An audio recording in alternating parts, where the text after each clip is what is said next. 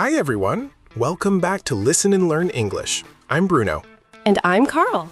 We are so glad you joined us today for another long session of English practice. Today, we're diving into a very important topic for almost everyone, work and jobs.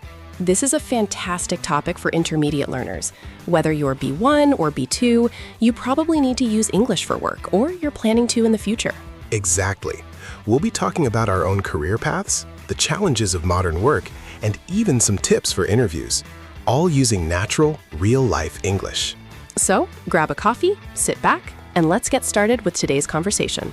Carol, when people ask you, what do you do? How do you usually describe your work? That's a good question. I usually say I'm a content creator and educator. It's a bit of a multi-hyphenate role, you know? I wear many hats. Wearing many hats. I love that expression. It means having many different responsibilities, right? Exactly. Some days I'm writing, other days I'm editing, and sometimes I'm researching. What about you? Your day-to-day work seems quite technical. It is. As a video producer and editor, I spend a lot of time in the weeds with software. My daily tasks involve cutting footage, adjusting audio levels, and making sure the final product looks polished. Does it ever get repetitive? Sometimes, but each project has its own vibe. I think the key is to stay organized. I couldn't survive without my project management tools. If I don't track my deadlines, everything becomes a mess. Deadlines. That's a word that gives many people anxiety. How do you handle a tight deadline? I try to break the project into smaller milestones. If I look at the big picture all at once, it's overwhelming. But if I say, today I'll just do the first 5 minutes, it feels manageable. Talking about jobs usually leads back to how we got them. Do you remember your first real job interview? Oh, vividly. I was so nervous. I arrived 20 minutes early and was sweating in my suit. I had practiced all the standard questions in front of the mirror. Like, what is your greatest weakness? That's the classic one everyone hates. Yes. I used the old trick of saying my weakness was being a perfectionist, but I realized later that recruiters can see right through that. They want honesty. I agree. Now that I've been on the other side of the table, the interviewer side, I look for soft skills just as much as technical skills. Soft skills is a term our listeners should know. It refers to things like communication, teamwork, and problem solving, right? Spot on. You can teach someone how to use a software, but it's much harder to teach someone how to be a good communicator or a team player. The world of work has changed so much lately. We both work from home quite a bit. Do you miss the office environment? Sometimes I miss the water cooler talk, those casual conversations you have with colleagues while getting coffee. It helps with team bonding.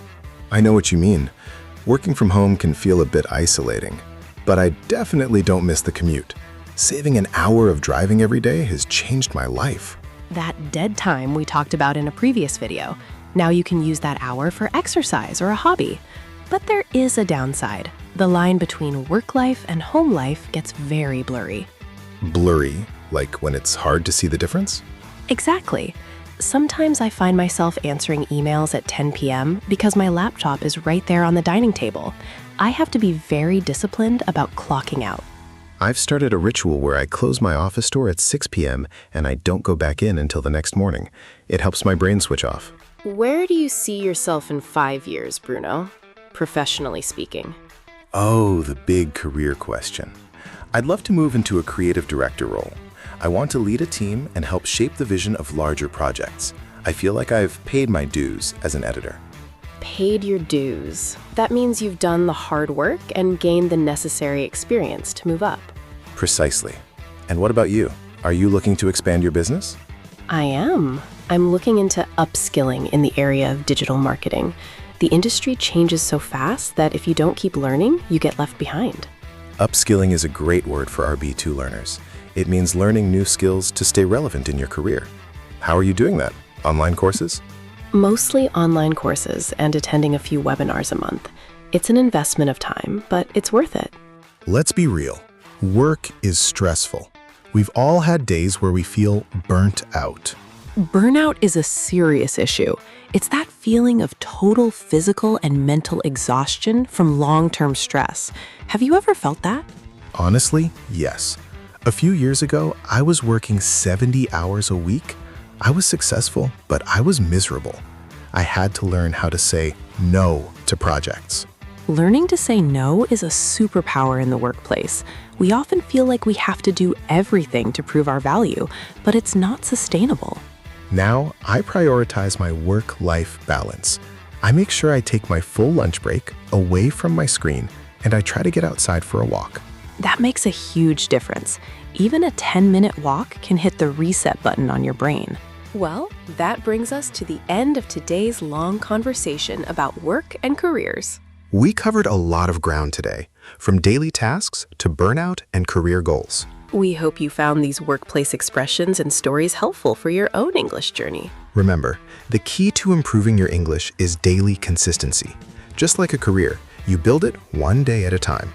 If you enjoyed this 50-minute practice session, please give us a thumbs up and subscribe. It really helps the channel. And tell us in the comments, what do you do for a living? Do you work from home or in an office? Let's practice in the comments. See you tomorrow for another episode. Bye, everyone. Bye.